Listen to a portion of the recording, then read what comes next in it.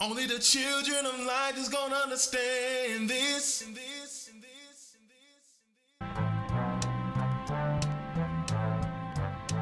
For there are three philosophical sects among the Jews, the followers of the first of which are the Pharisees, of the second, the Sadducees, and the third sect, which pretends to a severer discipline, are called Essenes. These last are Jews by birth, and Jews by birth. This is the knowledge of the Essene brotherhood. This is the knowledge of the Essene brotherhood. This is the knowledge of the Essene brotherhood. Taking it back to the way that it was in the beginning.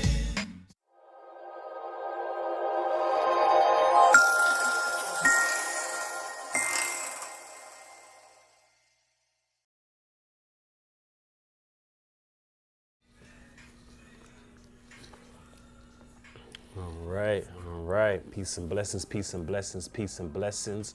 First and foremost, we want to say all praises be unto the Most High Almighty, Yeshua Christ, our Lord, our God, our Savior. This is the Essene Community Church of Christ. My name is Archbishop Shamar. And I'm Bishop Mike Allen. And we be bringing you today's Sabbath report / lesson. All right, first and foremost, happy Sabbath to everybody out there, near, far, wide, here, online. Peace and blessings to you, your household, your abodes. All right, as we get into this worship, all right, this understanding, this gospel, this song, all right, song of the day, praise of the day, all right, understanding faith. And we are at part 3. All right, happy Sabbath once again. Happy Sabbath. Always a blessing when we are here on the Sabbath day. All right, it's always a blessing when you have life. All right, God has granted us mercy. All right, and be able to have ears, eyes, strength to be able to hear his word on the blessed holy day. All right, so with that being said, all right, we are on part 3 of understanding faith. And we've been understanding faith. We've been understanding the importance of faith. We've been understanding that faith is the substance, right? Evidence of things unseen. Faith is unseen. That's the first key thing we've understood, that faith is unseen. All right, that faith is firm. All right, going back to the holding up of Moses' hands by Aaron and Hur. All right, that faith brings stability. That faith needs support, firm support. All right, last week we went into support force. All right, that whatever is being sent from up, for it to be rested and established, it needs to be met with the same force coming from the bottom to be at a resting state. To be at a resting state. All right. So the same force coming down, when the Most High is sending something down, we have to be able to support it with that same energy that he's sending it down with, for it to stay stationary right here. And that's how things are established on this earth. All right. The individual who's establishing this thing and bringing it out is going to need the support from those on the lower. All right. So we've been understanding faith, that faith is unseen. We've given examples of, hey, you going to the store, the restaurant, sitting down. They can't ask, can I see the cash in your pocket? They can't ask, can I see the money in your bank account before we make you this dish? That's faith. When they ask to see that, they're breaking faith. All right, the evidence is you came in here and you want to eat. That's the evidence. They have to take that for what it is. You came in here and you sat down and you said you want to eat. Cool. And you evidenced that by coming in the restaurant saying you want to eat. That's faith. All right, which is unseen. Faith is unseen. All right, but then faith is firm. So a person lying in faith, and this is what they're afraid of. This is what the world's afraid of. All right, so the more people abuse faith, the more the world will abuse you.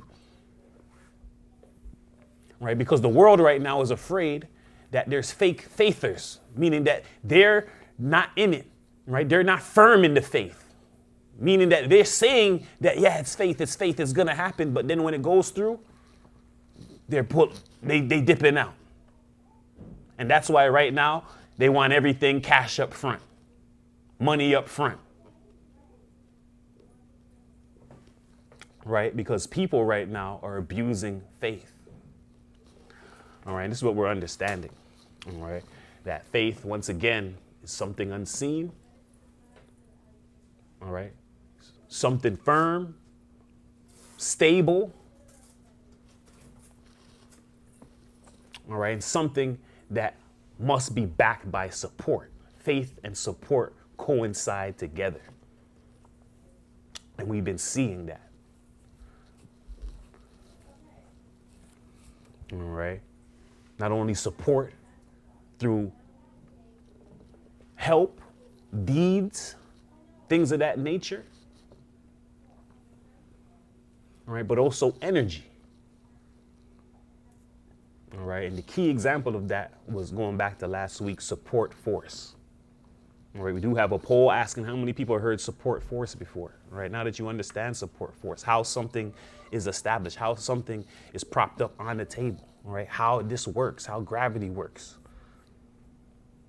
All right, whatever is coming from above, all right, these obstacles, all right, for it to stay here, stationary,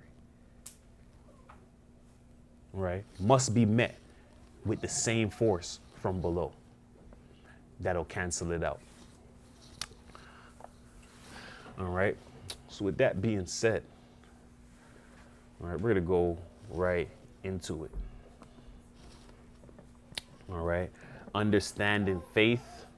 We are at part 3. All right, we're gonna start again with Isaiah 53:1. This is the book of the prophet Isaiah, chapter 53, verse 1. Who hath believed our report, and to whom is the arm of the Lord revealed? All right, so who has believed the report, and to whom is the arm of the Lord revealed? All right, so who's going to believe the report, the news, the information coming out? And to whom is the arm of the Lord revealed? All right, this was always asked because even in the Old Testament, an individual is being sent out with the word of the Lord. All right, and the Most High is telling this individual numerous things to go and tell to a people that's going to have to use faith to believe what the individual is saying. So, of course, they're going to say, who going to believe our report? Who going to believe this, God? Especially when you not right there backing me up that they can see. All right, they're having to use mind. They're having to use faith. They're having to hang on to the word. All right, so it's inevitable that this question was going to come. Who's going to believe? Who's going to believe this? All right. As the Most High operates, he's sending the word out. All right. The word of the Lord comes to a chosen vessel. That word of the Lord is Christ.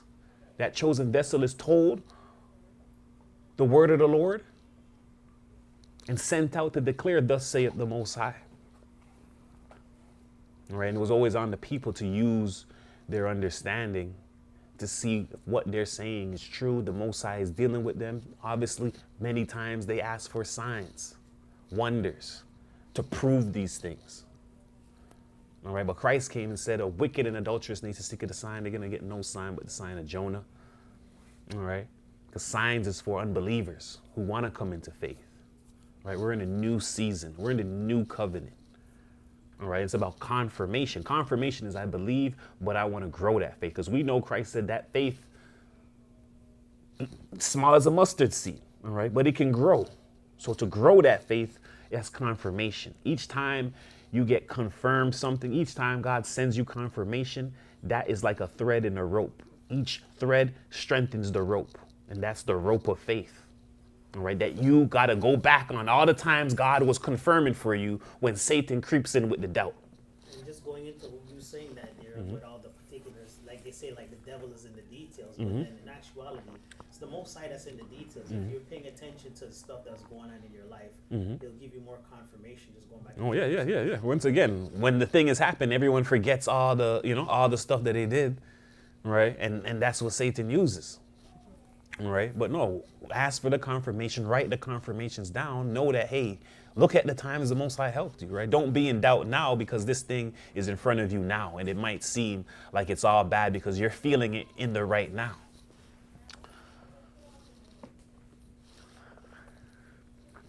All right. So we're at Hebrews 11:1. It's the book of Hebrews, chapter 11, verse 1. Now faith is the substance of things hoped for, the evidence of things not seen. For by it the elders obtain a good report. All right, so once again, we've been understanding that faith is the substance of things hoped for. You hope for this thing, right? It's evidence of things not seen. All right, so faith is evidenced by things not seen. And that's what we've been understanding. All right, that faith is evidenced by things unseen. All right, we're going to go to page 2. We're at Hebrews 11:6. It's the book of Hebrews, chapter 11, verse 6. But without faith it is impossible to please him. For he that cometh to God must believe that he is, and that he's a rewarder of them that diligently seek him. All right, but without faith it is impossible to please him. For he that cometh to God must believe that he is. And this is what we're understanding of what this faith is. This faith is you standing firm with confirmation, without doubt, that, hey, this thing God said is true and is going to happen, right? For it to happen, he's going to test you. He's going to test, do you act on it, right? When it's presented before you, do you attack it like it's real? All right, and I give the contrast, you know, I told you there's $1,000 outside by the car wheel right now, and you know, and it's just laying there right now. We're doing the classes, and you're gonna go sit here and just, oh yeah, it's $1,000. I don't care. No, you're gonna run and get it because you know it's there and it's real. So this is the same thing with God. When he's saying these things to you, do you hear it and it goes, oh, or in your day-to-day, you're acting like it's real and it's happening and you're moving with that fervent in your heart. That's when you know you believe now, all right? But believing is not, oh yeah, I believe, but it's not in your heart. It's not embedded in there. You're not moving when the Most High is saying to go. You're not acting like it's do or die. All right, and this is what we can be tested by, all right? Because if there is money, if there's something there guaranteed, you guarantee people are going to go get it.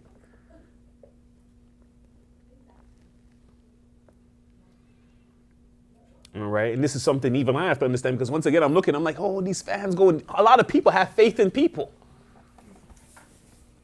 All right, faith in stars. Waiting hours in the cold, all right? Fighting through lines online, ticket places, right? Fighting through bots, trying to take all the shoes, fighting through everything to get what they really want because on their heart, they're like, this is what they desire. They know it's there and they're going to get it. It's interesting you made mention of it. When it comes to people now, they wait for celebrities. Mm-hmm. They'll wait in line or they'll wait on a concert date. Mm-hmm. But people don't like waiting on the Lord. No, they don't like waiting on them. Right, and it's funny too because a lot of those concerts, they'll wait. And hey, the person's sick. They're like, yo, cancel. You know, tickets, tickets don't even get refunded. All right, they're like, yo, we'll hit you on the next show. Show up late too. Yeah, show it up late. The artist did. Mm-hmm. Right, but they understand that that individual cares more than the individual because the other person's like, I like them, but they're at home. They're not willing to go through and do what it needs. So the love for them is not truly there. Like a fan who's there, present. We know what they did to get there. Right, it's the same thing with faith, all right? The things that you're doing, right? The Most High knows that you want to do it when it's being acted on in faith, all right? Because once again, without faith it's impossible to please him. For he that cometh to God must believe that he is. So he's constantly testing us to see, hey, do you believe? All right? And the way you act on what he's saying, the information that's brought out, the details that's given, that's how he knows you believe or not. All right? The way you speak to your family, the way you speak to people, all right? Telling them about the word, do you believe they're going to go there? Then why aren't you constantly giving them reminders. All right. So this, once again, it's impossible to please him without faith.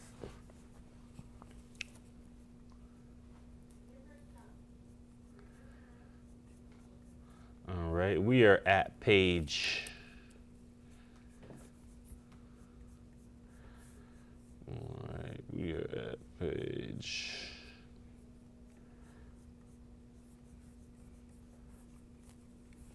All right. We're at page 25.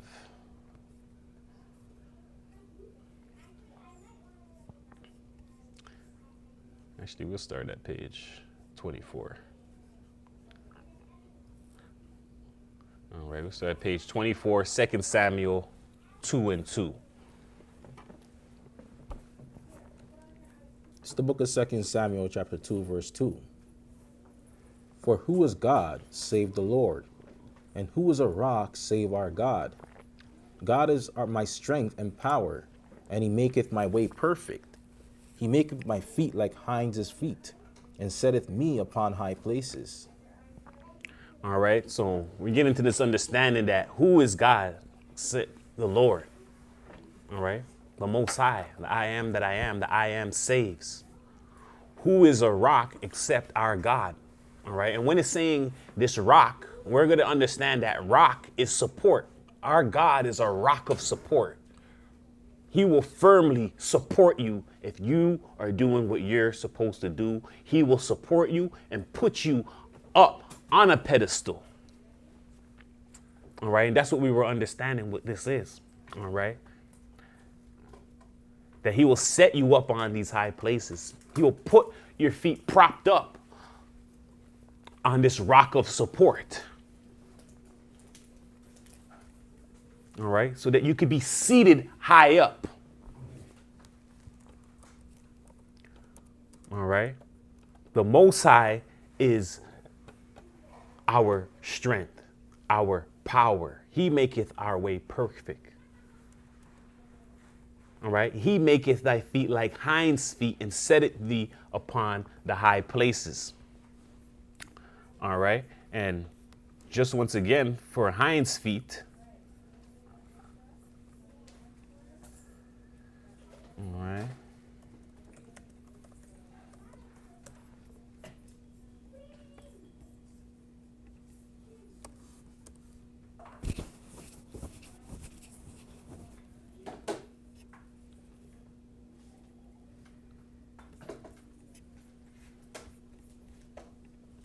All right. Just want to show you what they get.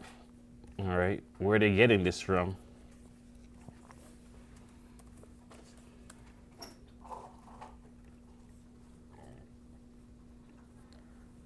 Should I find a good example?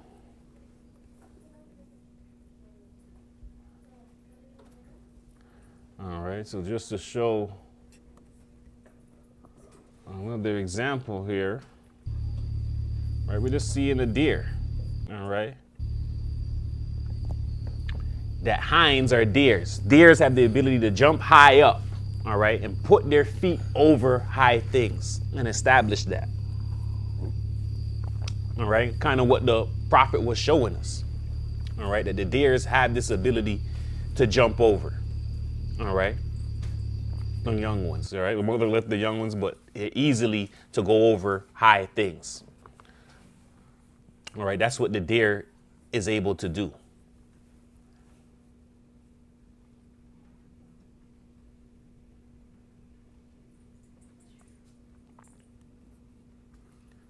All right. Just another example again. All right. That just like the hind, the Most High will prop you up over these high places. All right. And establish you on these things.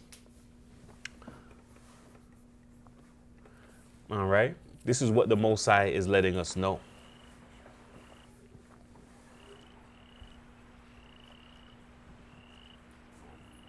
All right. That he will prop you up like hinds' feet.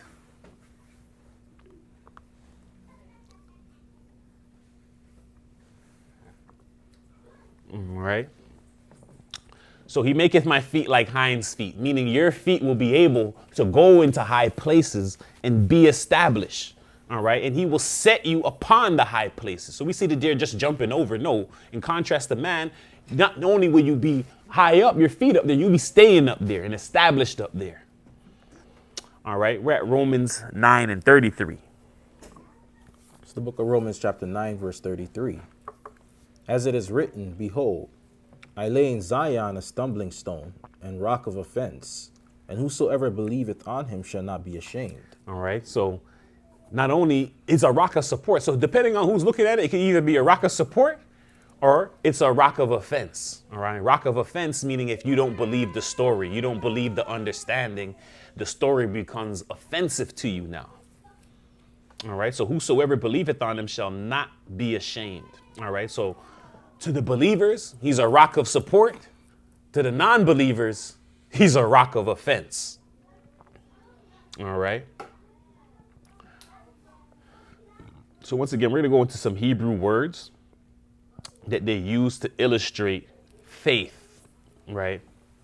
And once again, we're understanding that, you know, the word will give it, the definition will let us know. All right, so let's go. Hebrew words for faith. It says, because the Jews thought in concrete rather than abstract terms, Hebrew words were designed to form mental pictures. There are five Hebrew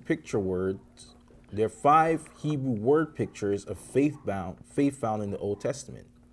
They are progressive and they illustrate steps in spiritual growth. 1. Amen means to lean on for support. It is usually translated believe. It is used of the faith for salvation and pictures someone leaning on God.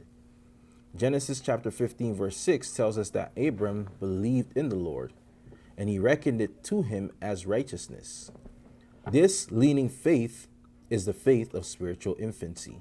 All right, so this amen or aman, all right, or sometimes for the female name word amuna, all right, or imuna, all right, this means to lean on for support. And this is the faith that we've been looking at. This is the word we've been looking at from the beginning, that this amuna word, this faith word, to lean on for support.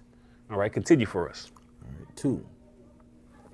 Batak is a wrestling term that draws the picture of someone body slamming his opponent to the mat. Usually translated trust. Batak is found in Psalms 52, verse 22, which says, cast your burden upon the Lord and he will sustain you. Wrestling faith is analogous to the experience of spiritual adolescence, the time when believers, having acquired a little biblical knowledge, begin to enter the spiritual conflict. All right, so this one, batak, means to trust. All right, and wrestling with faith and this trust, and a great exercise with this. They used to do this in school. Hey, y'all tell me if they still do this in gym class, where you guys have a partner and you have to close your eyes blindfold and they tell you fall back and the person gonna catch you. They don't do that no more. They said they ain't got insurance for that. Yeah, you say in your gym class, you have to trust the individual there. They blindfolded you and you gotta completely fall back and the person's gonna catch you. Yeah. We should do that as a church assignment for us adults, all right? You gotta believe the person is behind you, they'll catch you. And you could just release, you could close your eyes and you could just act like you're hitting the floor, right? But if they're not there, you will fall down, right? But you're trusting, you're learning to trust, right? That's trust.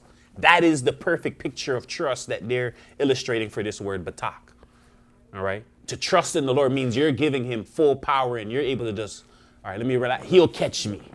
And actually says the angels will do that, right? You dash your... You let him go. Yeah. Of your own. Yeah, your own, you have no control. You completely let go and he said he got you. Don't they say let go and let God? Yeah, let go and let God. All right, so that's the true meaning. You trust the Lord. You trust him in this situation. And a lot of times we have to exercise this. Sometimes, and this is reality, all right? And this is for everybody, because sometimes we could be too much. You're like, you know what? But somebody could come inside the house right now. You know what? Let me do it. No, sometimes, all right, I went downstairs, the door is unlocked. Yo, that's the time for God right now. I'm trusting in God. There has to be some time you trust in God. Not to say you'll do it purposely, because that's what Satan wanted to do with him dashing himself down. But if it honestly happened and it's there now, don't you undo it. Allow God to have his chance where you're using that faith that he got your back. Right? But a lot of times we'll take that into our own power now and be like, you know what? Nah, something could run inside there right now. I don't trust that he'll block that there. I don't trust that, an animal could run in there real quick. Let me close the door real quick. You don't trust that he got you. So these are things we have to exercise. And sometimes I'll do it and people are like, hey, what? You can't. No, we have to act like this in the real world, in real situations, when it's really happening. Because when are you going to trust God?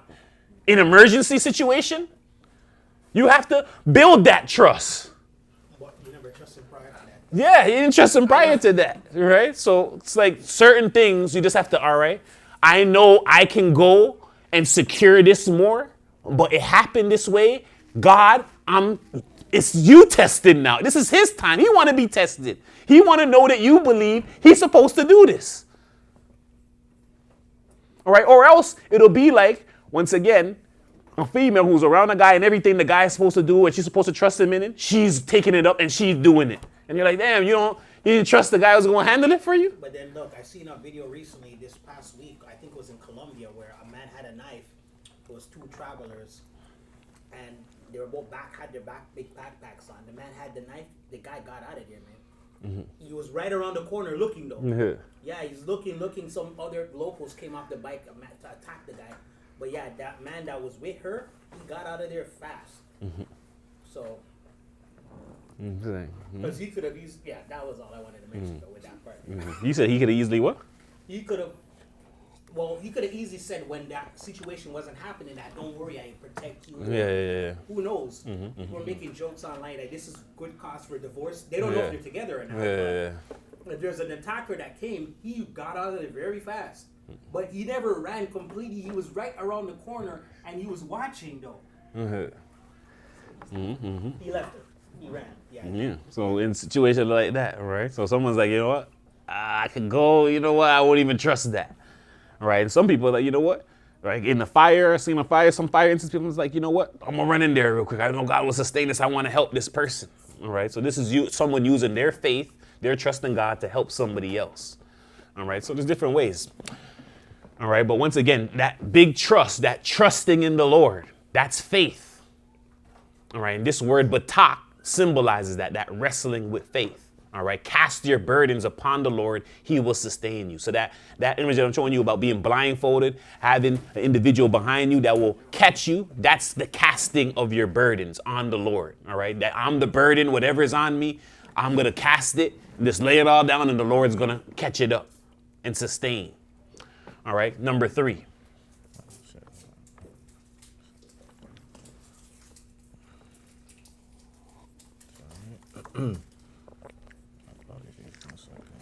Number 3. Kasa means to flee for refuge, as a rabbit might seek protection in the cleft of a rock from pursuing wolves. It is a faith of spiritual maturity when the believer can be bold and confident because he has come to understand that the Lord is his fortress, his stronghold, his shield, and his deliverer. David, in the cave of Adullam, where he had fled for his life from King Saul, understood this kind of faith. For my soul takes refuge in thee.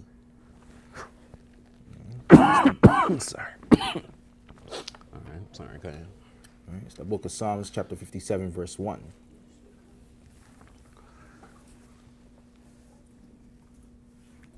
All right. So kasa means to flee for refuge, as a rabbit might seek protection in the cleft of the rock from pursuing wolves.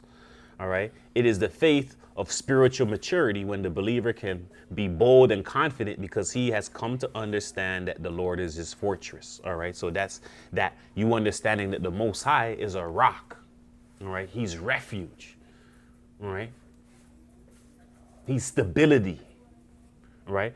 Whenever you run to him, it's always going to give you that protection.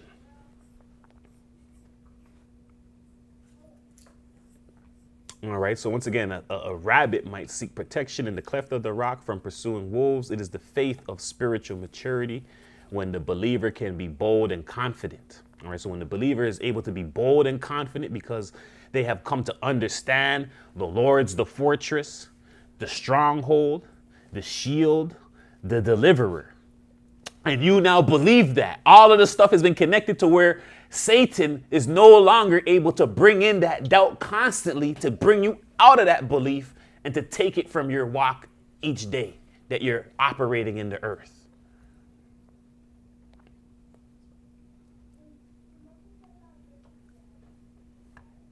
All right. So once again, going back to we having to test the Most High. All right. That if you don't test, if you don't see that, hey, trusting the Most High. All right. Don't undo situations where you're now allowing him to enter in and do what he's supposed to do. Right. Allow those situations to come naturally. If something's happened, the door is open, this is happening, you didn't cause it on purpose. It's a test. Allow God to cover you. And when it's done, you're like, see, God, I have my back. Nothing happened that time. Nothing happened this time. Nothing happened that time. And that's how you're growing it now. They know somebody might say it happened to them. I'm different than them. I don't know what you doing at home. I only can control what's happening with me. I can only confirm what's going on with me. Everybody different. All right. And individuals ain't me. So I'm going to see my chance. I'm going to see my blessings, my faith. All right, because I can document that. I can see the results of that. All right. 1 second could taint someone's faith. So I don't know what could be happening with other folks. All right. But you have control over yours. All right. So the believer can be bold, confident, because they understand the Lord is the fortress, the stronghold, the shield, the deliverer. All right. David in the cave of Adullam, where he had fled for his life from King Saul, understood this kind of faith. All right. His soul takes refuge in thee. All right. So once again, this great faith of trusting in the Most High. All right. Even with weapons. Once again, David. All right. Yeah. Going up against Goliath. Not concerned about how big your warfare, weapons of warfare is, but concerned with how tuned in and linked in you are with the Most High. Because dealing with him will usurp anybody's warfare, no matter how much it is. Their weapons that's formed will not prosper. All right. So some people will go outside and they trust in the weapon more than they trust in the power of the Most High. That's another thing of, hey, I don't trust. Someone post something out right now. I didn't seen it on the TV how much time. God didn't stop it. All right. That's what they're saying. But if we look in the Bible, I don't see any prophets getting dead like that. Off of random stuff. It usually is for the word of God. It's not randomly they went outside and they were a victim of crime that resulted in death. I don't see none of those prophet stories in the Bible. Right? No, they do die, but they die for something that they're standing up for and expected to. All right, not random, not you went somewhere and something random happened. And we seen this lion's den. You could throw lion, this, that, whatever it is. And actually, that's what I had to use to get over my fear of a dog. Because I'm like, yo, is the Most High gonna make the dog eat me and me not gonna be able to do whatever's gonna happen in the kingdom right now? No. All right, so I gotta be like, if he is, then hey, bite me right now. Let's see. Now you testing God again. All right, so it's the dog or me. Which one? All right, if the dog eat me up, there's no more lesson. All right, that's on you, God. All right, there's nothing I can do. The dog gets aggressive, it smells fear. Yeah. It can be aggressive, yeah. All right, same thing with 7-day fast. I'm like, yo, if I'm going to die in the 7-day fast, because everybody, oh, you can't fast 7 days, no food, no water. If I'm going to die in 7-day fast, hey, that's on God. That's the trust that he's telling you now. I'm dying doing something for you. Ain't no better way to die. If we going to die, we going to die now. That's honorable. All right? So we could look at these things, and once again, going back to 7-day fast, we're gonna have a lesson coming about that too. It's important because once again, you're showing the Most High faith. You're leaning on him. All right. Once again, when you look at the word says and look what the world does, it says something different. It said 7 days. You might die in 7 days, brother. All right. Well, we know everyone knows that's a lie. They think you might die in 3 days if you don't eat, 2 days if you don't eat. Yep. But you're saying with Goliath and David, where David, he chose some stones. When you look at the stone, just symbolically, the stone can represent like Christ, which is the stone that the builders rejected, to show you that even the stone can take down big problems in your life and conquer big enemies. Correct. All right. So him having that stone, he's like, you have whatever. I have the stone symbolic for Christ. It didn't even matter about the weapon. He's just like, yo, it symbols Christ. I'm going to have it on me. You're going to get done by the stone. And the stone is Christ. It's all symbolic.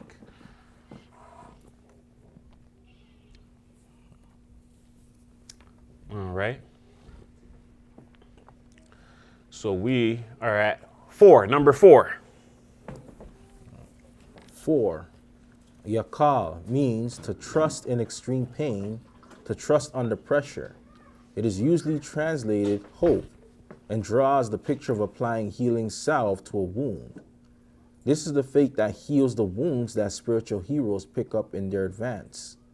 Job displayed the heart of a hero of faith when he wore it in the heat of affliction. When he wrote it in the heat of affliction. Though he slay me, I will hope in him. Job 13:15.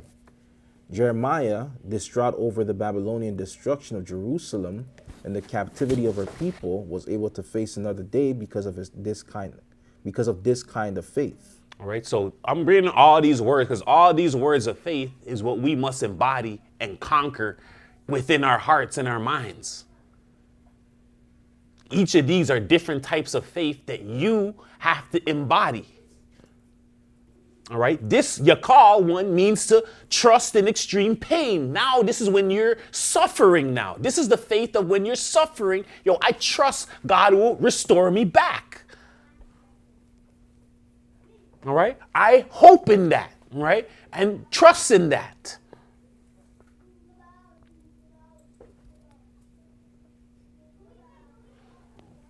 All right.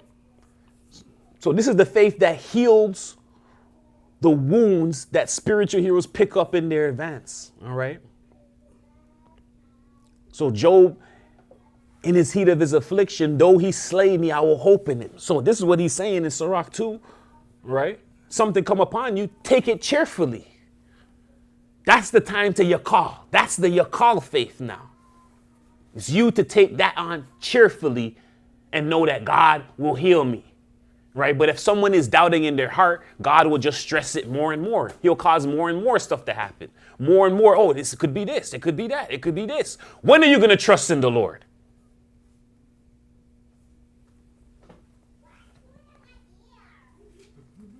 All right. And to trust means the key thing, hope. And hope, you got to wait and be patient. It don't happen when you want it to happen. It don't happen the day you want it to happen. These things take time because it's a test. All right. Each day is a test. Each day you get better, understand that test will end quicker. All right.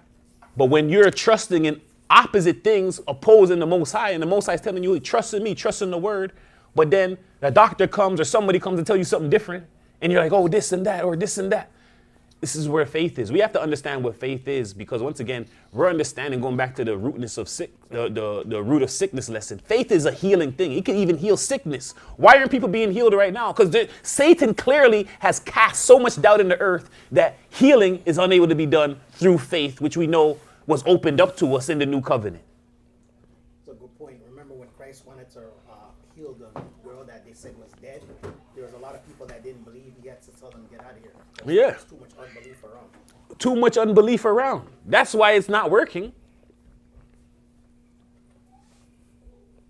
The thing is too, when you're doubting and sometimes people have things that are happening to them, they put more faith in the thing that's happening to them and actually amplifies it. Yeah, it makes it stronger. You're using God's law on the other thing when you can just use it on him. Use it on God.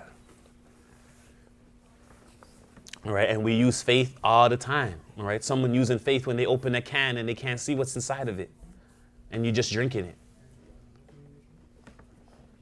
All right, faith is constantly being used.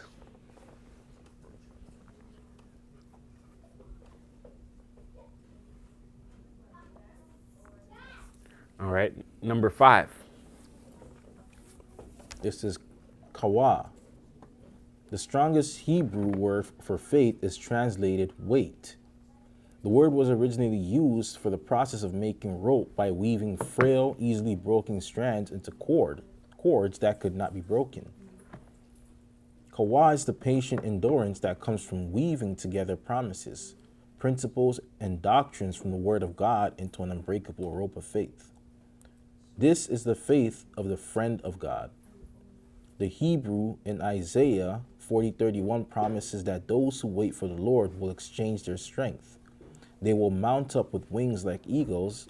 They will run and not get tired. They will walk and not become weary.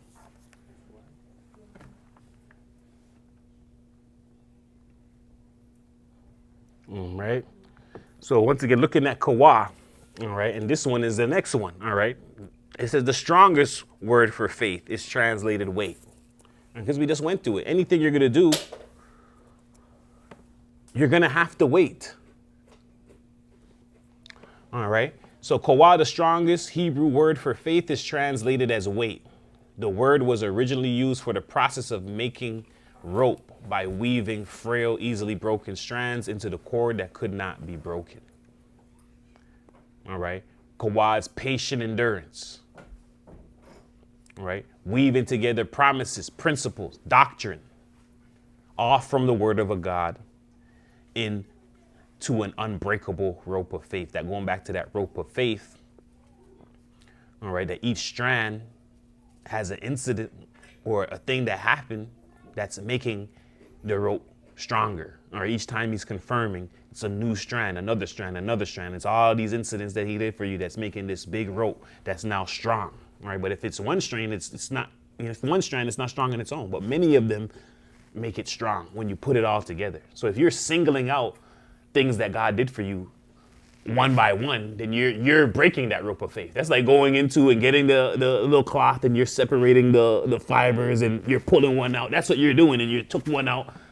This is what you did when you just remember the one thing God did for you out of the batch. You taking it out of the batch and you making the actual thing weaker.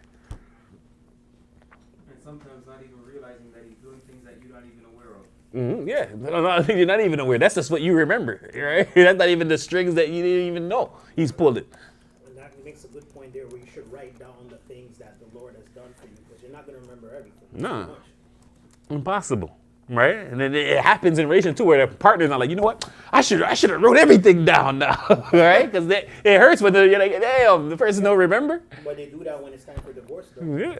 You see, they got to write everything down, right?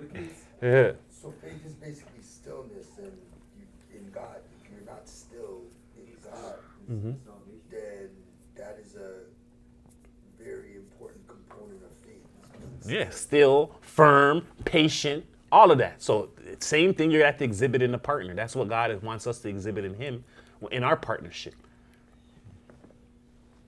Right? So it's the same thing. If you're not ready to endure, stability, faith, right?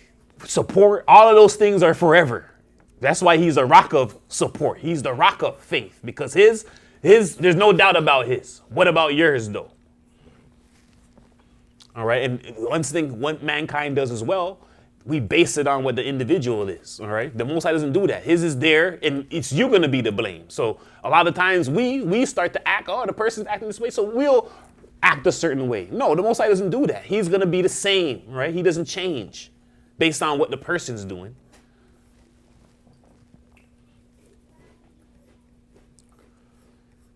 All right, so Kawa is the patient endurance that comes with weaving together promises, principles, doctrines into an unbreakable rope of faith.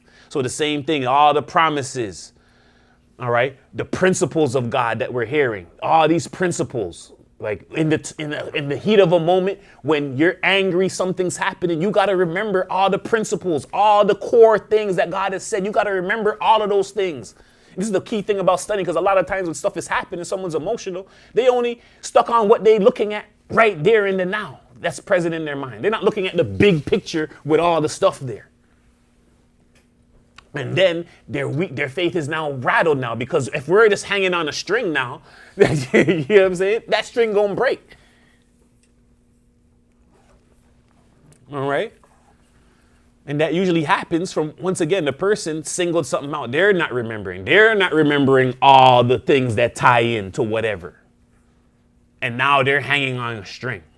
Their faith is hanging on a string because they removed all the principles, all the doctrines, all the promises, all right, and the understanding that God was given.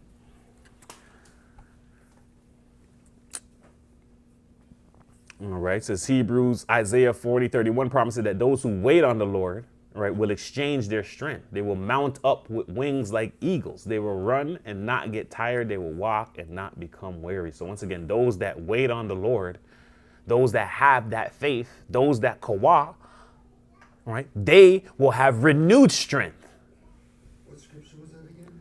Isaiah 40:31, and just going back again to that faith of Job, all right, that he was showing in Yakal. He showed Yakal, he showed Kawah, because Yakal, he's trusting in the extreme pain. All right, and in that faith, he's trusting in, and he waited, he Kawah, and at the end of that, the Most High raised him up and gave him extra life, you know, new children, new wife, everything refreshed. All right, I think that's renewed strength. All right, You got a brand new family. yeah. All right, and it happened for two. Who was the king that got his life extended to as well? Hezekiah. Hezekiah. All right. So about to die once again. Faith in the Most High. All right, extend your life some more. Light work. All right. So just want to get these words understood real quick. All right. We're at page 26. All right. We're at 1 Corinthians 10:1. It's the book of 1 Corinthians chapter 10, verse 1. Moreover, brethren, I would not that ye should be ignorant, how that all our fathers were under the cloud, and all passed through the sea, and were all baptized unto Moses in the cloud and in the sea, and did all eat the same spiritual meat, and did all drink the same spiritual drink. For they drank of that spiritual rock that followed them, and that rock was Christ. All right. So moreover, brethren, we would not have that you should be ignorant that the fathers were all under the cloud, all passed through the sea, and were all baptized unto Moses in the cloud and in the sea. They did all eat the same spiritual meat. They did all drink the same spiritual drink.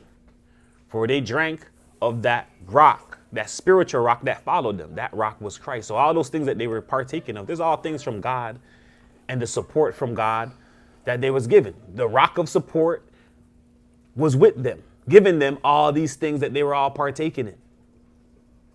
All right, all of it flowed from the rock. And this is what the Most High symbolized with Moses and making the water flow out of the rock. All right, and that rock was Christ. Christ was that rock.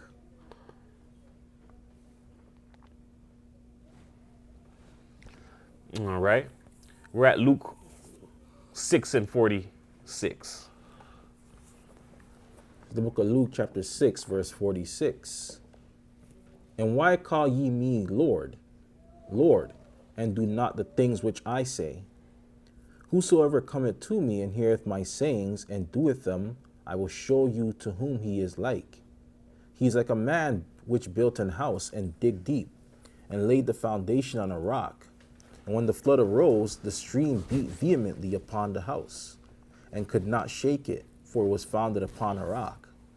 But he that heareth and doth not, and doeth not, is like a man that without a foundation built an house upon the earth, against which the stream did beat vehemently, and immediately it fell, and the ruin of that house was great. All right, so it says, and why you call me the Lord and not doeth the things which I say? Whosoever comes to him, hears his saying and is doing them, he's going to show them who he's going to be like. He's like a man that's building a house, dig deep, laid the foundation on a rock. All right, this is like a person who's dealing with a foundation rock foundation.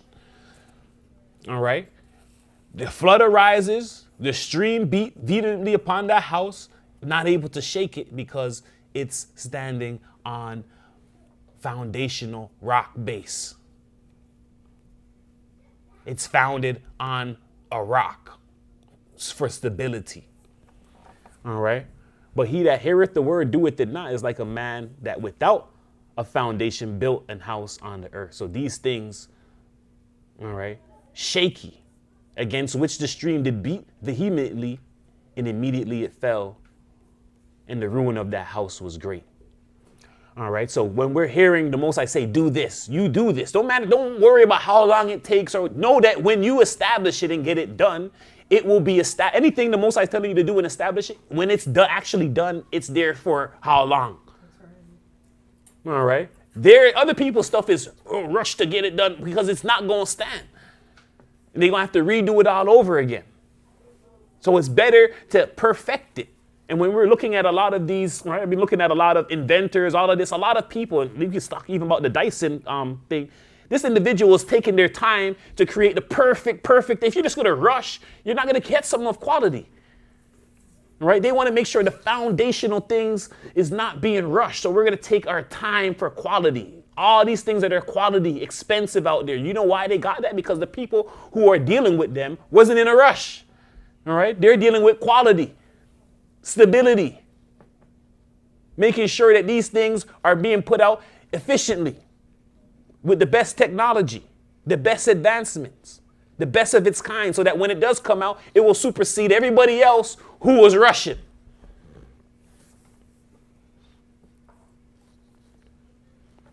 All right. So individuals do that, and they, from, one prototype to another prototype to another prototype to another prototype, and they're trying to perfect and perfect and perfect. Right? Because they want that when they put this thing out, it's established. It's being done. All right. They look at all the kinks. All right. So it's the same thing with God. All right. When he's saying, seek ye the kingdom of God, all things will be added. That's faith right there. He's saying, seek me, learn about me, and everything in your life will be added. All right. Everything that's going to happen, you'll get to go to a job, everything that you want, as long as you're what? Focusing on him. And we have that when you're a child. Your parents are like, oh, just go to school. God is telling you, just go to school. What school for God? Learn about me. Just learn about me. Learn about me. As long as you're learning about me and doing your schoolwork and honestly learning about me, he got your back. All right. That's all you got to do. All right. I took that up and I don't even know how I'm here. Right. Just been learning about him. And by learning about him, he's been able to bless me. Other people who are not learning about him took the school avenue and stuff looking at me like, how are you doing what you doing? I leaned on God for faith. If you're trying to clock to see how I'm doing what I'm doing, it won't work because it's faith. It's out of my control. So if you're trying to see concrete, it ain't going to work. All right. But somebody else who's taking the other avenue, you can see and monitor where's going. Oh, they went to school. They went to this. You could clock how they got that and clock what they getting. Right. Because it's being done by them, not the Most High. When the Most High's blessing is coming from all different avenues. All right. It's coming from all different ways unseen. When we're dealing with it, you can see where it's coming from, unless it's coming from the dark world. All right. And even someone probably like, yeah, you probably sold out. Yeah, sold out. You did something. You selling something. If we lose track in this world, if they lose track of where is the money? They're saying something fishy going on. All right. So let's understanding that. All right. We're at page 27. All right. And we're at Numbers 20 and 7. It's the book of Numbers, chapter 20, verse 7. And the Lord spake unto Moses, saying, take the rod and gather thou the assembly together, thou and Aaron thy brother, and speak ye unto the rock before their eyes, and it shall give forth his water, and thou shalt bring forth to them water out of the rock. So thou shalt give the congregation and their beasts drink. And Moses took the rod from before the Lord as he commanded him. All right. So the Lord spoke to Moses saying, take the rod, gather thou the assembly together. You and Aaron thy brother speak to the rock before their eyes. So this is the Most High was doing this because once again we're understanding this is the rock of our support. This rock is symbolic at this time for Christ. Right? Moses wasn't looking at it like that. All right, he wasn't seeing it like that at the moment. All right.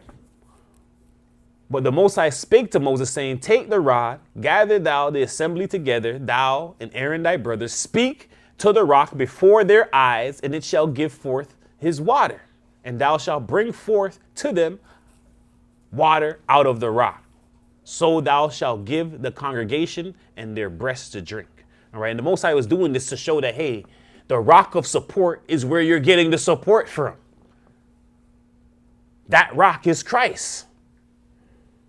So yeah, 'cause that's why he got mad. Why he hitting Christ?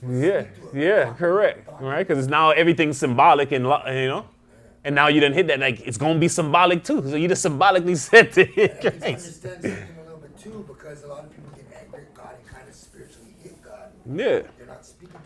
No, you're not. You can speak to him. You can speak aggressive. You just can't. That's what I'm saying. You can speak like, hey, God, where's the stuff at? Where is it? That's fine. But when you're going to go and be like, you know what? I'm going to go and I'm going to do this sin because you're angry now. And you're hitting God now. You know what I'm saying? That's what a lot of people do. And when you see, and this is the number one thing, and I've been watching a lot of shows, the number one people who do that is someone who grew up in one of these serious faiths, Jehovah Witness, whatever. Oh, they angry. They're like, oh, my parents, Jehovah Witness. Oh, I'm not that no more. I'm not that. Now I'm looking at our face. Now they're angry. They're really angry that they were honed down under the law for that long. And they turn to vile that they're like, you know what? All the wicked is wicked. That's what I'm doing.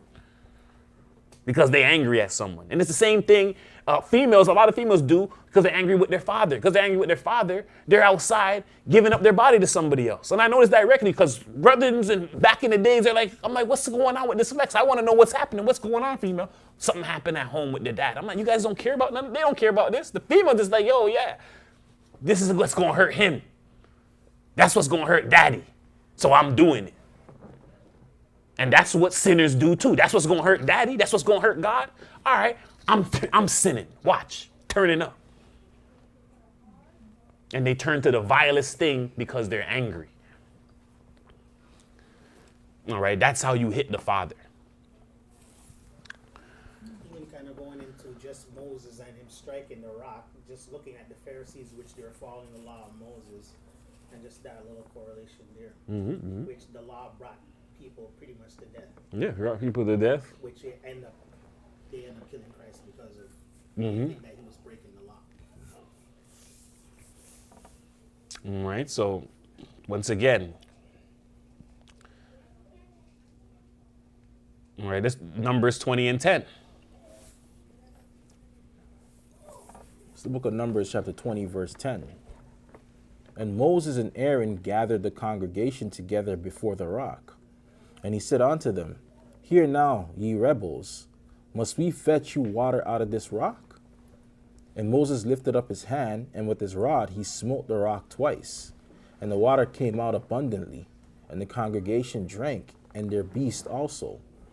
And the Lord spake unto Moses and Aaron, because ye believed me not to sanctify me in the eyes of the children of Israel. Therefore ye shall not bring this congregation into the land which I have given them. All right, so Moses and Aaron are gathering the congregation together, all right, before the rock. That rock, we know, is Christ. And he said unto them, hear now, ye rebels, must we fetch you out? Must we fetch you water out of this rock? All right, so he's speaking to the rebels, the people that don't believe, right? They're trying to show them how easy it is to deal with that support and how that support will deal with you. All right, Moses lifted up his hand, and with his rod, he smote the rock twice. So he hit the rock instead of asking it. So this is the problem. And the water came out abundantly, and the congregation drank, and their breasts and their beasts also. All right, so it did everything, but if he would have spoke to it, it would have came out too. But he hit it, and it made it come out, which if we're using the law of nature principle, you hit the rock, all right? And you struck it instead of speaking to it, to talk to it, to ask it for something, all right? So verse 12, and the Lord spake to Moses and Aaron, because you believe me not to sanctify me in the eyes of the children of Israel, therefore you shall not bring this. And once again, a lot of people are like, why did it happen? Why did he hit the rock? And we're understanding he's trying to show him how to deal with the rock, how in their time to deal with the Most High in faith, and how the Most High will deal with them. He just symbolized to them to attack the Most High. And that's how you'll get your stuff, if you attack God, all right? And so he didn't fulfill the law of nature example perfectly. You know, that also goes to show that how other people can cause you to sin. Yeah, because you're so angry, it didn't manifest it into you now, Yeah. right? And it's causing you to change how you usually operate. Change your nature. Yeah, Because of that, you never got to go into the land, the promised land. yeah, and that's a huge thing. All right, but that lets us know this is a huge thing, that you need to speak to the rock, you need to talk to the rock, and you need to ask the rock and wait on the rock. The rock will supply you with what? All the same thing, the spiritual food, the spiritual meat, the water. This is what he will supply you, all right? He'll supply you that necessities that you need.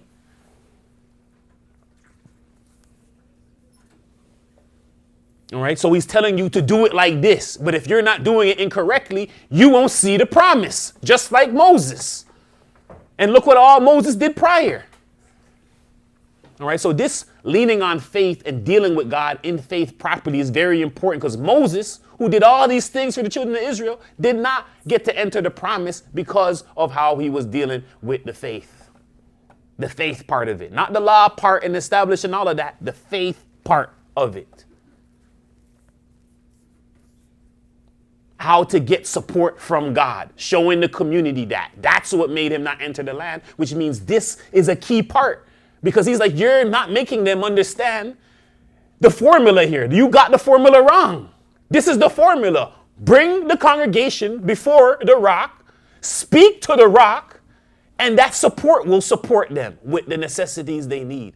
Instead, he hit it with the rod twice, right? Which is showing a different example. Is that something that's hereditary with the children of Israel? Lack of faith? Oh, definitely. It's a hereditary thing with the children of Israel, which the Most High made us for that, because it would be too easy to go to the Gentiles. That would have been too easy. So you wanted a challenge. That's what Yeah, we're the challenge. Our heads, them hard noggins, that's the challenge for the Lord. He done made them noggins hard. All right, so we're at Proverbs 30 and 24. It's the book of Proverbs chapter 30, verse 24. There be four things which are little upon the earth, but they are exceeding wise. The ants are a people not strong, yet they prepare their meat in the summer. The conies are but a feeble folk, yet make their houses in the rocks. The locusts have no king, yet go forth all of them by bands. The spider taketh hold with her hands, and in the king's palaces. All right, so here we're looking at all these four things, how little they are, but how exceedingly wise they are. All right, when we'll be taking a look at the conies, are but a feeble folk, yet they make their houses in the rocks. And this is what we're talking about, seeking that refuge in God, which is that rock of support. The conies show us how to do that properly. So we're going to get into a connie. What's a connie? Give us a definition. It's connie, Hebrew 82:27, that is shafan, a species of rock rabbit from its hiding. That is probably the hyrax, the coney. All right, so it says the shafan, all right, it says the hyrax, a species of rock rabbit. All right, so we're going to take a look at this. All right, so we're at Job 12 and 7. It's the book of Job chapter 12, verse 7. But ask now the beasts, and they shall teach thee, and the fowls of the air, and they shall tell thee. Or speak to the earth, and it shall teach thee, and the fishes of the sea shall declare unto thee. All right, so all these animals and how they are living are teaching us ways and things that the Most High wants us to know. We're learning about faith. We're learning about the refuge of God, seeking that refuge in faith. And now it's letting us know that, oh, you want an example? Go to the connie. Even though they're small, right? Yet small, feeble, they make their houses in the rocks. All right, so trusting in the Most High, trusting in that rock of support. All right, so we're going to see how these animals trust in that, the behavior of the rock hyrax. All right, so we're going to go and take a look at that. We have the rock hyrax inside of its little nest. All right. This is the rock hyrax, Procavia capensis, habitat and diet. Life on the rocks. All hyraxes live throughout most of Africa, but rock hyraxes are also found along the coast of the Arabian Peninsula up to Lebanon. As their name implies, they hang out in areas where there are boulders, rock formations, or even little nooks or sheer cliffs that provide shelter and protection. Their homes are easy to identify as hyrax abodes, as rock hyrax urine crystallizes and looks like white patches on the rocks. All right, so here, life on the rocks. All hyraxes live throughout most of Africa, but rock hyraxes are also found in Africa, but also in the Arabian Peninsula up to Lebanon. Those regions are in the Bible.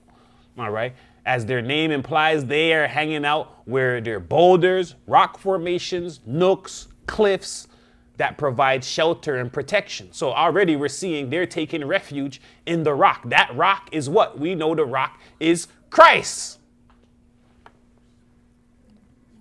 All right, so that rock is Christ. All right, their homes are easy to identify as hyrax abodes because they can see their urine, which is white, crystallized on the rocks, showing that, hey, they're living around here. Continue for us. Hyrax feet are built for rock climbing. The bottom of each foot is bare and has a moist, rubbery pad that lifts up in the center for a suction cup effect to help the hyrax cling to rocks and other smooth surfaces without slipping. They can even chimney up and down tight spaces. All right, so once again, just like the hinds feet are made for the high places, the hyrax feet, they're made for the rocks. The bottom of their foot is bare, moist, has a rubbery pad that lifts up the center for suction cup type of effect that help the hyrax cling to rocks, other smoother surfaces, and don't cause them slipping. All right, they could even chimney up and down like Santa Claus. All right. So we're at page 30. Continue for us. Rock hyraxes live up to the expression safety in numbers. They may live in colonies of up to 50 individuals sharing sleeping areas and looking for food together. Each day starts with a group sunbathing session for several hours. Once warmed up, they head out for a short period of feeding. Rock hyraxes do not like cool or rainy weather and wouldn't even come out of their rock shelter if the weather is not to their liking. All right, so rock hyraxes safety in numbers, they're dwelling in community. They're living in the rock, in Christ, in community. They're doing what we're supposed to be doing. All right, each day they get up and they're sunbathing. They're hitting the sun. These are animals, all right? This is their nature. They're living in community, in the rocks, sunbathing at sunrise. I don't know what else to tell you. Our example in front of us. All right. So rock hyraxes do not like cool or rainy weather. So they don't even like, they like the kingdom weather. They're fitted perfectly for the kingdom. If it's not kingdom like outside, they ain't even going outside. All right, so it has to be a perfect weather or they not going outside. All right, we're at Psalms 94 and 22. It's the book of Psalms chapter 94, verse 22. For the Lord is my defense, and my God is the rock of my refuge. All right. So the Lord is our defense. All right. He is that rock of our refuge. So we're seeing the hyrax, they're understanding the rock is refuge. That rock is Christ. We should be running to Christ for every single thing with belief that he can deal with that problem, with true belief that, I came to God, I could deal with that. And that's what they were exhibiting in the new covenant.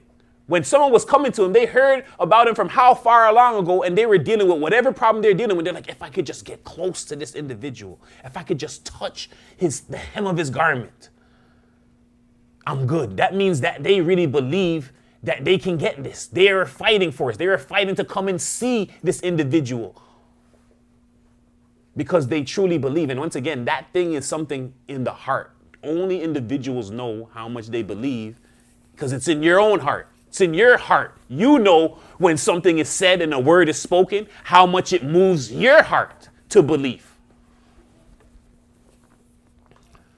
All right, so Psalms 94:22. But the Lord is my defense, and my God is the rock of my refuge. And my God is the rock of my refuge. All right, so the Most High is supposed to be our defense. He's supposed to be our refuge.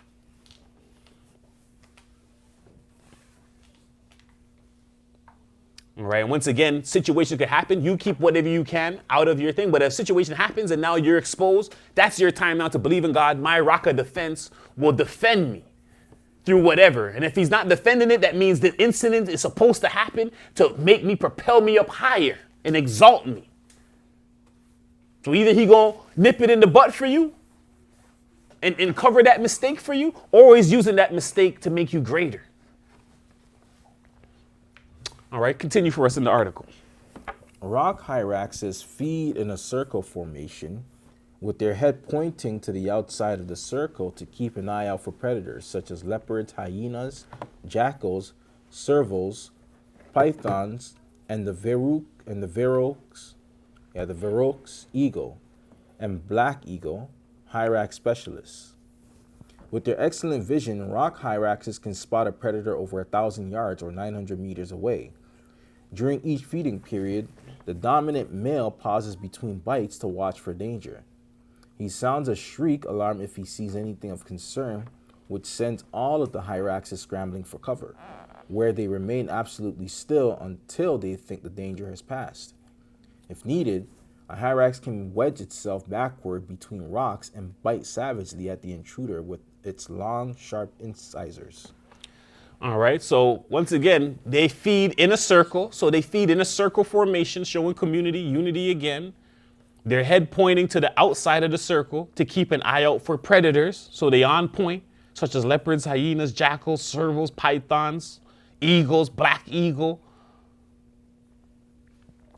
Right, their excellent vision, they can spot a predator over 1,000 yards away.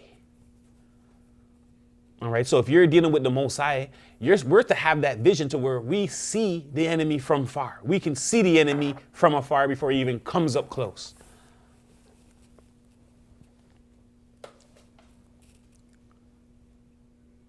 All right, during each feeding period, the dominant male pauses and bites to watch for danger. This is all the predatory animals that are being preyed on.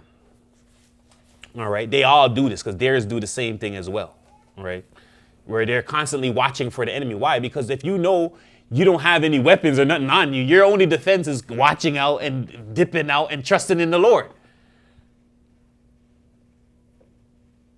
And these animals exhibit that because what are they running to? They're running away to what? Safety. He didn't give them, and he could have gave them ability to fight them off. They can fight off, but their fighting off is to fight them off so they can run to the Lord. All right? We're not here to fight them off to stay. And we can kind of see that in the Matrix. They weren't staying in the Matrix. They running. All right? You fight off the agent and you run. All right? You don't stay. All right? You don't stay. They're strong in this world right now. It's not the time to fight right now then. We don't know when that time is where God's like, no, don't run, stay. But right now, he's told us, yo, they're going to persecute you, flee to the next city. Keep fleeing. All right, so these animals who are being preyed on, their defense is fleeing and fleeing to safety. That's our defense. Watching, fleeing to safety, fleeing to the scripture. Satan's coming, a thought is coming, an emotion's coming. You run fast to the scripture. You run, you find the precepts. Why? Because soon you know that he's trying to single you out and trying to put you on a string. What's that string? That string of faith. He wants to single you out with one thing. And you hang on to this one thing, me, you, and that one thing. He believes he can break that string. All right. But if you have the plethora of things, the doctrine, the promises, the everything, it's going to be hard to shake you up now. But if you're a person that forget all that stuff, and now it's you and the problem is happening, and you don't remember scriptures, doctrine, none of that, oh, he got you on the string now. That string most likely gonna break. All right. Sometimes people also use those same things and turn against it. Yeah. Saying, well, it's not working for me. Yeah, it's not working for you. Yeah, giving up on it. Mm-hmm. And that causes them to go into further mistakes. Which means that they don't believe. It doesn't think. If it's not working, well, if you know the charger works. Because you have faith that the people at the company made it. If it's not working, you're not like, oh, it's on me. You're like, something's wrong with the situation happening. You're checking the cord. You're checking all this other stuff. Not with God. They're like, nah, I couldn't. See, I knew it was him. The whole see, that's why he's not doing nothing for you. Because the whole time you're waiting for something to say you knew it wasn't true. And you're saying it's him and the thing and not something going on with you and you not doing the process correctly. Looking for the opportunity to denounce. Right? So that's why he's testing, because a lot of people, oh, right now, no, he's testing you because in your heart, there's something there that he needs to test you out on. Because soon as it doesn't work or a couple of times, he's like, oh, 5 times it don't work. Watch how the person's going to operate. All right? On the 5th time, that's what he's saying. If he can know on the 5th time you're going to act like that, he going to make that 5th time come. And a 6. Yeah, and a 6. Let's see. Right? But in your heart, if he knows in your heart that's not going to happen, then why would he test you on that? It wouldn't be there. It's only testing you because it's a problem. It's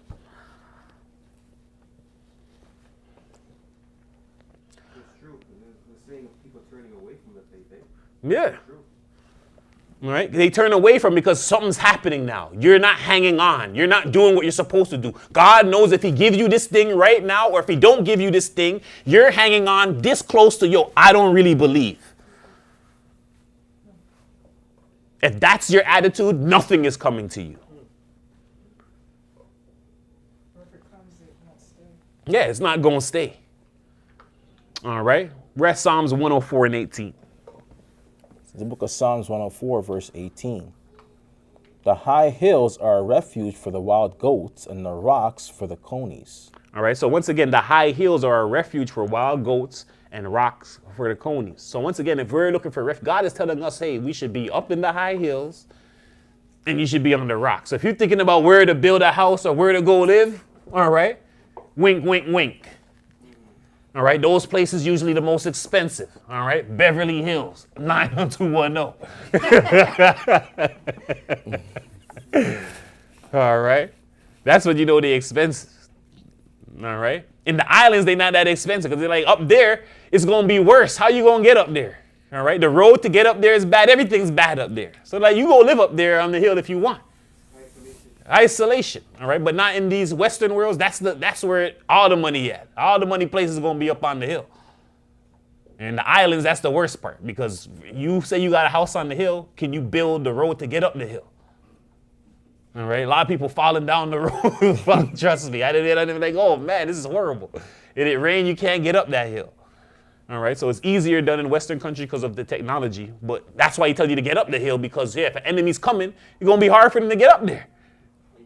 And you can see them, correct. All right, so the high hills are a refuge for wild goats. Wild goats live on the hills, all right? Mountain goats, all right? The rocks for the conies, the Hyrax conies, they live in the mountains, all right? So we're at refuge, all right? The Hebrew word for refuge. So the refuge, this is Hebrew 42:68. This is Makaseh, a shelter, literally or figuratively, hope, place of refuge, shelter, trust. All right, so a place of refuge, trust. All right, this is the things that's being spoken of.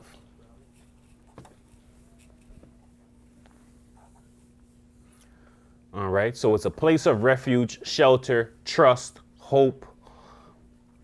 All right, they take refuge in the rock. They hope in the Most High. They trust in the Most High. All right, He is their shelter.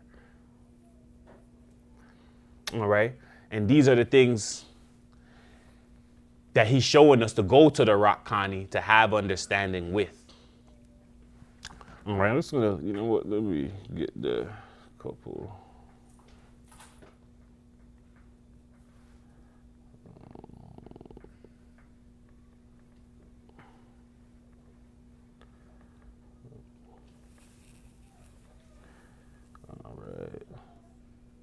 All right, let's go to James 1. I'm gonna go to James 1. All right, let's see.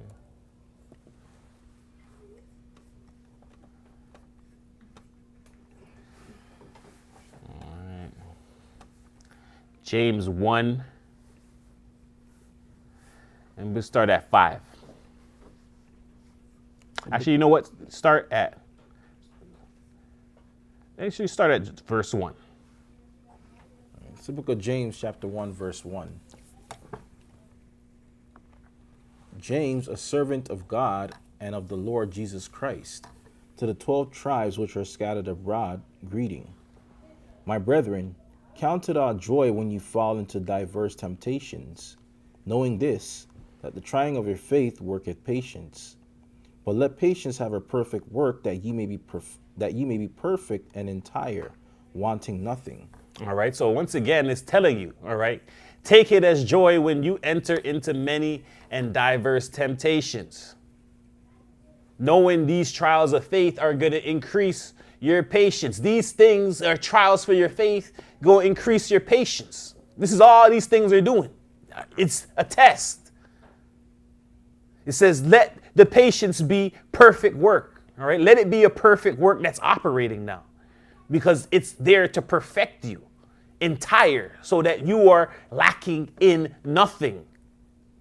But he has to train you in how it works. Any of you lack wisdom is then telling you to ask of God. Anything you're lacking, ask of God. But it's going to start with wisdom first. If anything to ask, you ask for wisdom. Right, so this is why he's going to start to say, if you could lack something else, but hey, we're going to say anything, wisdom. Because Solomon, that's what he asked for. That's the most thing you could ask for, because that will cover everything else. Let him ask of God, who gives to all men liberally and with grace. It's given to them. But let them ask in faith. What is that faith? That firmness, that support, that everything you're supposed to be doing, that we just took over in the whole lesson. You got to be asking in that. If you are not firm in that and operating in that, showing support, supporting the church, having that faith in times of pain, all the different versions of faith we went through, then you're not asking in faith. All right, he says, first, let them ask in faith, not doubting. All right, give us verse 5 again. Go again. It's the book of James, chapter 1, verse 5. If any of you lack wisdom, let him ask of God, that giveth to all men liberally, and upbraideth not, and it shall be given him. But let him ask in faith, nothing wavering. For he that wavereth is like a wave of the sea, driven with the wind and tossed.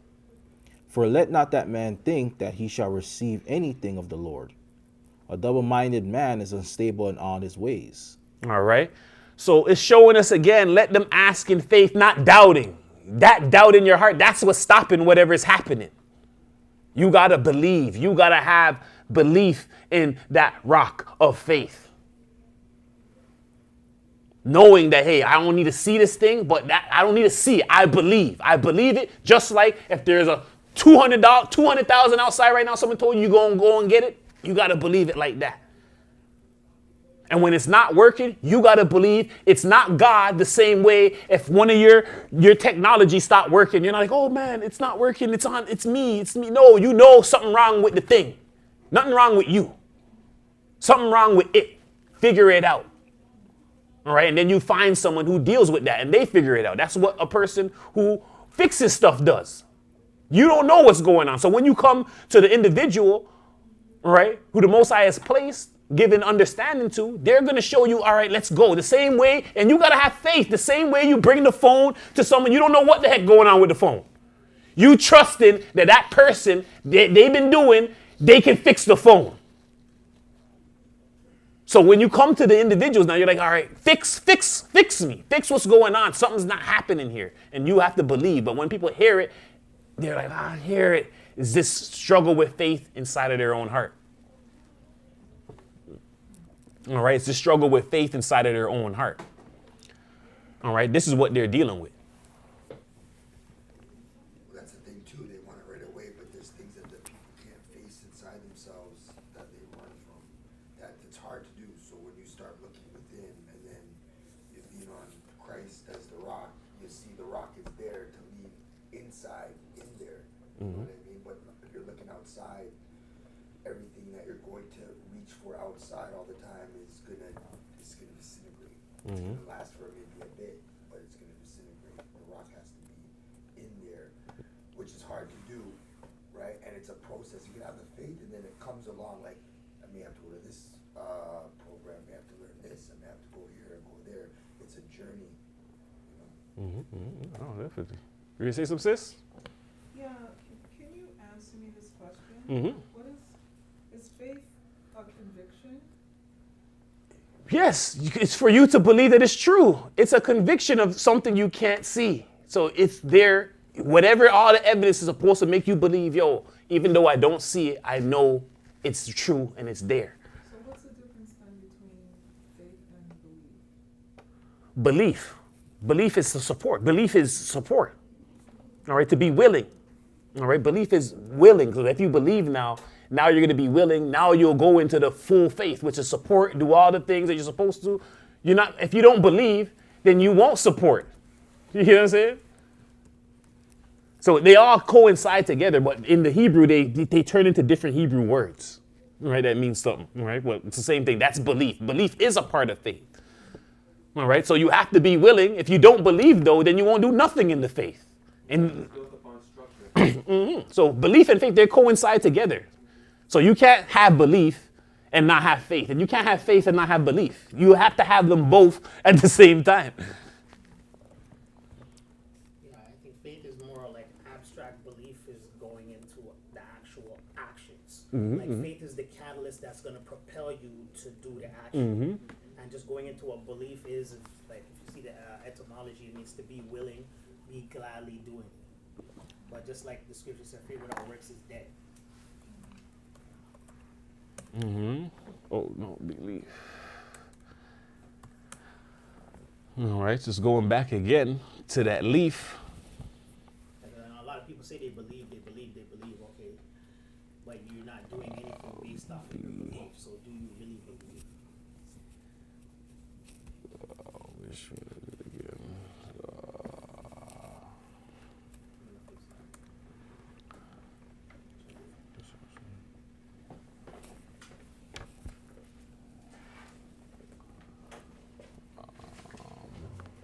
Hold on one second.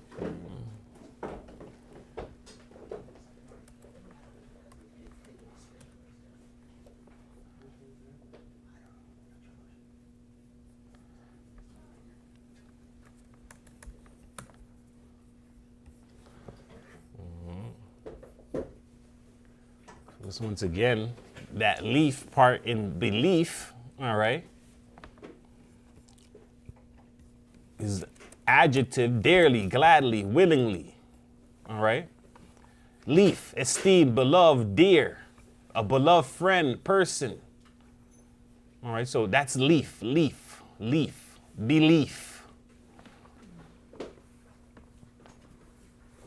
All right, and we know that's be willing, be gladly, be dearly. All right, all those things happen when the person believes and has faith. All right, so we're right there at the end now. All right, and just once again, going back again, that the same way the Connies were living, that's the same way the Essenes were. All right, I could have put that in there, but that's going to make it even longer. But Essenes lived in community, in the rocks, right? They put their records in the rocks as well, right? And they were sustained, right? We went through the wilderness lesson, all right? And we've seen that, hey, the wilderness was a place of refuge for them. Why? Because it has those places of rocks and those caves and all those things, which they used in the Dead Sea. All right, so a community, and then we'll go into as well mankind not looking into caves. So there's caves all around, all right? Go look for some caves. Go look at the caves, what mankind used to do. And you looking at it is just knowing that, hey, the Most High is symbolized as this exact thing. That's what you're doing. There's caves all around Toronto. Actually, we're going to have a cave trip because there's caves around. And you just kind of go visit them. When Adam came out, his first home was a cave. Caveman. Right? Yeah. Right? Our homes was caves. Why? They should be caves because that's symbolizing Christ. God never gave him a house. He gave him a cave because that rock and shelter is Christ. All right, so, King David ran away. He ran into the cave. yeah. Elijah was in a cave too. Yeah, that's where you get in tune with the Most High.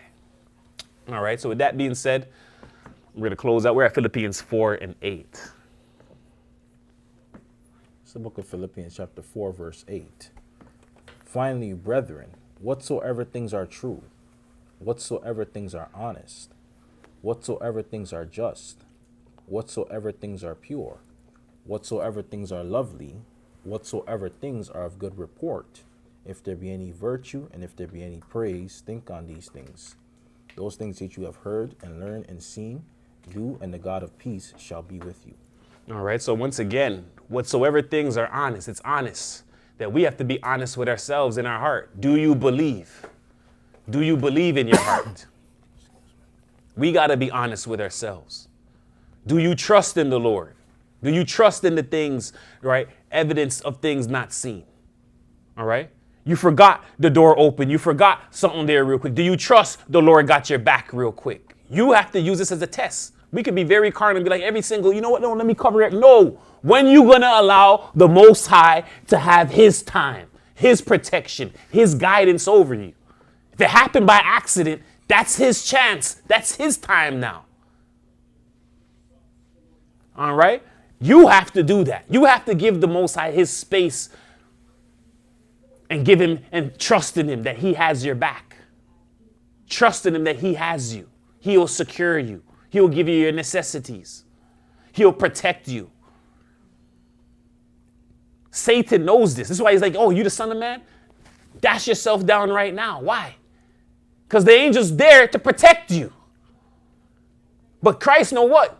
You don't tempt the Most High with it. You don't do it on purpose. So I'm not telling you, oh, purposely do it. No, you honestly, and it happens to everybody. There's sometimes you honestly, you made a mistake and you need God to cover you for you right now. That's your chance now. Maybe you could redo that mistake right now, but you're looking at, you know what? It happened. All right, God, I'm going to test it out. And if something happened, that's you. All right, you could put it out on God. God's saying test him. All right, you could put it on you. I gave you the test. All right, you want to see if it's real. Right, you're not tempting it. It's happening naturally. All right, but we have to bring ourselves to this belief and strengthen these beliefs constantly that, hey, God is my security. He's not here, but I believe the angels are around. I believe I'm different than everybody else. I believe that, hey, you can't touch that. You can't touch me because angels compass all around us. All right, the only way you can do that is to believe that, to walk in that each and every day and to have that in your heart. All right, and this is why the trusting in the Lord, the living in the rock, all of that the animals doing is building that faith because they're, hey, I live in the rock. So how much more? All they have to do is just think, higher. And then they got it. They got the understanding because they're already living and experiencing it. All right, these things are pure. That's pure faith. That's when healing comes now. When you're trusting in the Lord in affliction. All right. Whatsoever things are lovely. All right. It's lovely when the Most High sees you having faith. That's what pleases the Most High. That is lovely. You having faith is lovely and pleases the Most High. Whatsoever things are of good report. These are the reports in the Hebrews 11. We're hearing all these reports. All these reports of people who had faith, who believed with their heart and moved with the fervent that it's true. This thing is true. I believe God. So I'm acting on it. All right. And that's one thing I have to do myself. Because a lot of people, I believe in God. He's going to secure me. Me actively right? Who never finished high school, nothing, who was a, drug dealing in the streets, have a phone that's bumping and thinking, I gave that phone up. Everyone, look, you're crazy. You're giving the phone literally ringing and I'm giving it away. Then I'm saying, I'm not giving the phone away. I'm just going to destroy this phone. They said, you're crazy. I said, no, I trust in the Lord that He's going to secure me. I don't know how He's going to secure me, what job I'm going to have, right? But when a lot of people, when they're in the streets, they don't leave that because they don't trust from they started their life out dealing drugs and doing stuff like that. They don't trust that they can go another avenue and get it another way and in that same sufficient way. They don't have that trust there. I had to have that trust, and then God will test you with that trust. You'll be like, all right, watch everybody else. Look what they're doing now. Look what they're happening. He's going to test you and to see, are you going to go back or you're not going to go back? You're going to go back, look what they stacking. They stacking. You're going to go back or you're not going to go back? Or you're going to trust the process? All right, so that's real faith. Also, I've been counting on a lot of people to do that. A lot of people won't leave their job right now to trust in the Most High. How do I know that? Because we went through COVID-19. All right? We're not even talking about, how you going to get paid? I'm telling you, I gave up that phone and gave up the money, gave up all of that. For God, these people don't even want to do it with their legit job.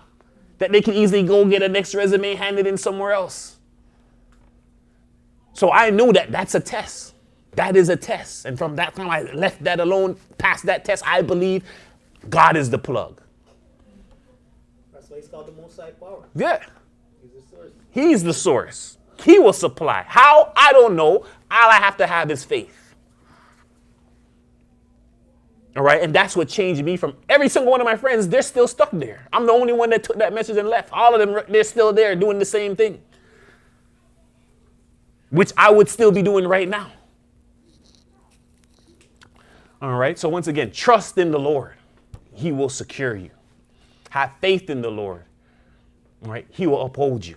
All right, with that being said, we want to say all praises be unto the Most High Almighty, Ahai Yeshua Christ, our Lord, our God, our Savior. This is the SC Community Church of Christ. My name is Archbishop Shamar. And I'm Bishop Mike Allah.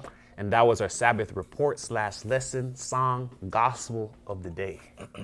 Understanding faith, part 3. Peace and blessings. Peace and blessings. Peace and blessings. Only the children of light is gonna understand this.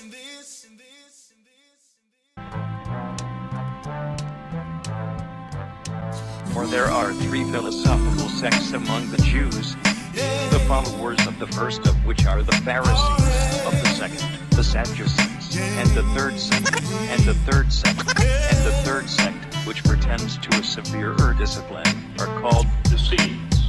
These last are Jews by birth, and Jews by birth, and